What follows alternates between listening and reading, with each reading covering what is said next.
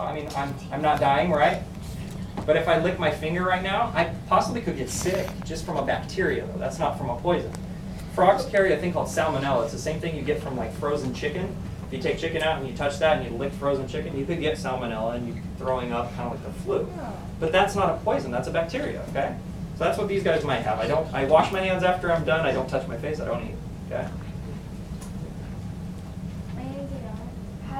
Are the frogs born with the poison in them already? They aren't, no, actually they're not. So that's the thing that a lot of people don't know is they think they're automatically poisonous, and they're not. They get that from their diet, so when they grow up and they're in the wild and they start eating all those different insects, remember I talked about the insects get the poison? They'll start getting it. It's called a batrachotoxin, I think. I think I'm pronouncing it right. But it's a very, very potent toxin, and actually scientists are developing painkillers from it.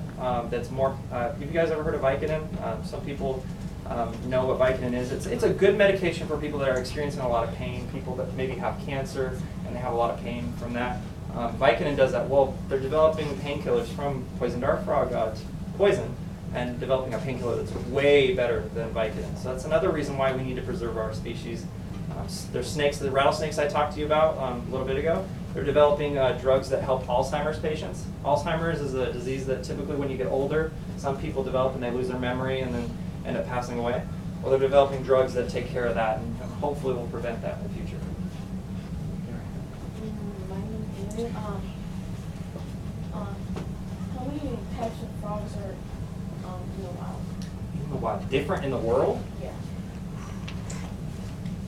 I think it's somewhere along the lines of like 4,500 species. I could be wrong, I really don't know. I think it's in the thousands. In the entire world, all the frog species, I think there's somewhere around that many. Dart frogs, I want to say like 1,700 different types of dart frogs in the wild. In the hobby, we don't have all 1,700. We only have maybe 100 or so. I really don't know. There's different morphs of each one. But there's so many different frogs that are undiscovered and we don't know about. So it's really cool in that sense too.